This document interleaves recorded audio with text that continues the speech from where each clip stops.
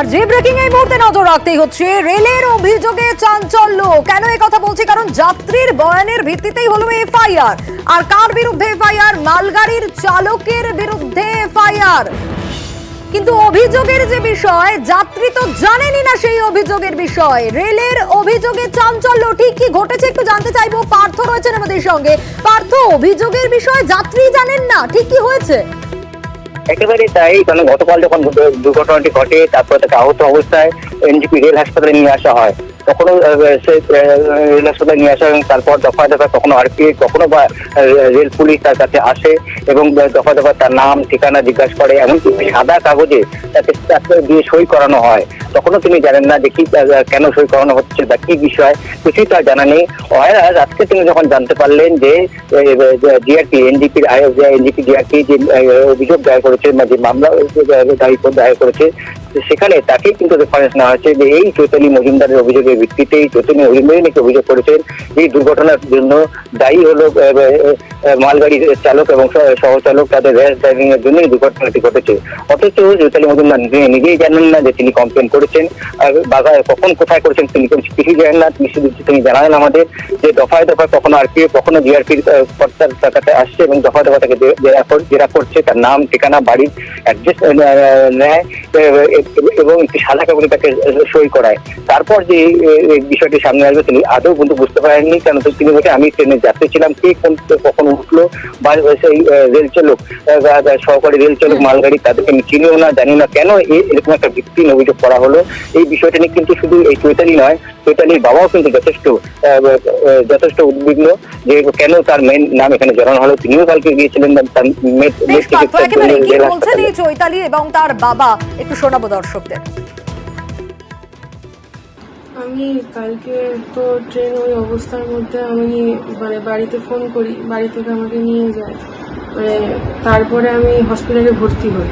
সেখানে গিয়ে নর্মালি কিছু আরপিএফ আসে আমার কাছে, তারা কথা বলে যে আমার নাম ঠিকানা তারপরে অ্যাড্রেস সব কিছু ডিটেলস নিয়ে যাওয়ার পর তারপরে আরও কয়েকজন আসে রাত্রিবেলা 8:30টার সময়।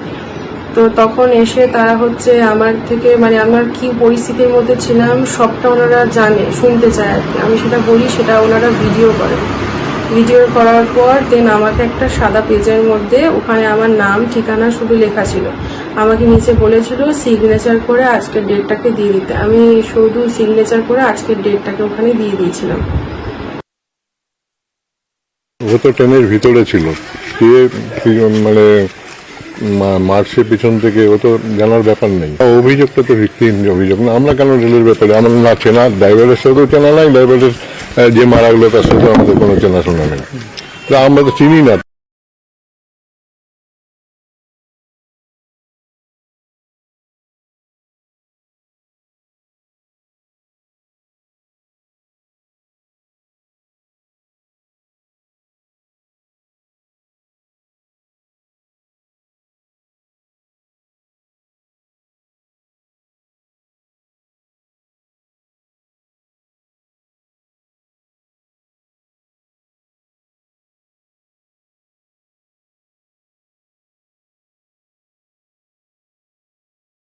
রয়েছেন হাসপাতালে চিকিৎসাধীন। দুর্ঘটনায় গতকালই আপনাদের জানিয়েছিলাম যে 10 জনের মৃত্যু এবং আজ আরও একজনের মৃত্যু হয়েছে। মোট মৃতের সংখ্যা বেড়ে দাঁড়িয়েছে 11 এবং এখনো পর্যন্ত যে খবর পাওয়া যাচ্ছে হাসপাতালে ভর্তি রয়েছেন 36 জন।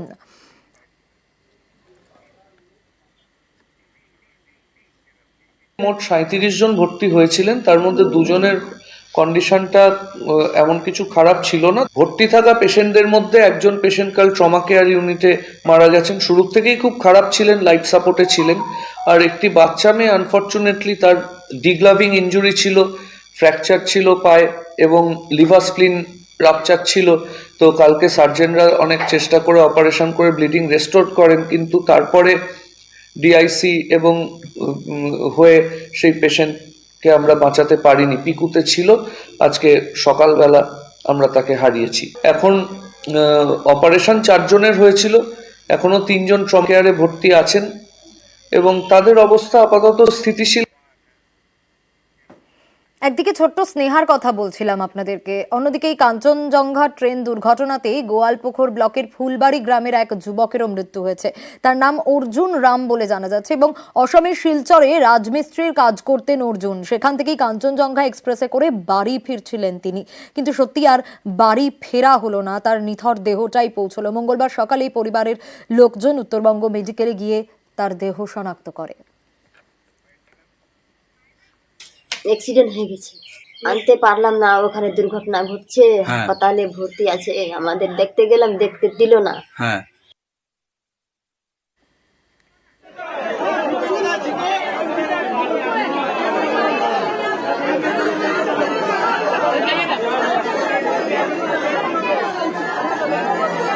আর গতকাল কাঞ্চনজঙ্ঘা এক্সপ্রেসের দুর্ঘটনায় মৃত্যু হয়েছে কলকাতার এক রেল কর্মীরও।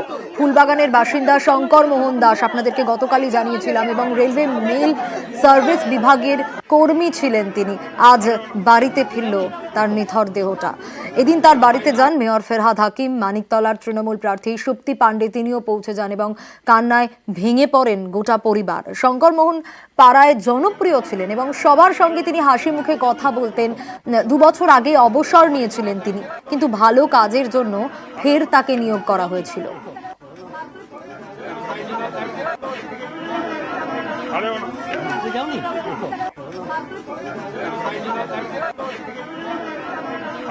মা কাঁদছে হাওয়াও করে, বৃদ্ধা মা, only earning member of the family, সে মারা গেল। তার পুরো সংসারকে কে দেখবে? রেল তো 2 লাখ 5 লাখ টাকা দিয়ে খামতি হয়ে যাবে, তারপরে সারা বছরটা কেউ আসবে না, কেউ দেখবে না। ওই একজন আছেন মমতা বন্দ্যোপাধ্যায়, রেলের একটা অফিসারও নেই যে বডিগুলো তুলে দেবে, সেগুলোর ব্যবস্থা করবে, একটা অফিসারও নেই। আমরাই কনভয় করে নিয়ে আসবো, আমরাই করে নিয়ে আসবো। রেলকে দয়া করে, অনেক প্রাণ খেয়েছো, আর তোমায় কিছু করতে হবে না।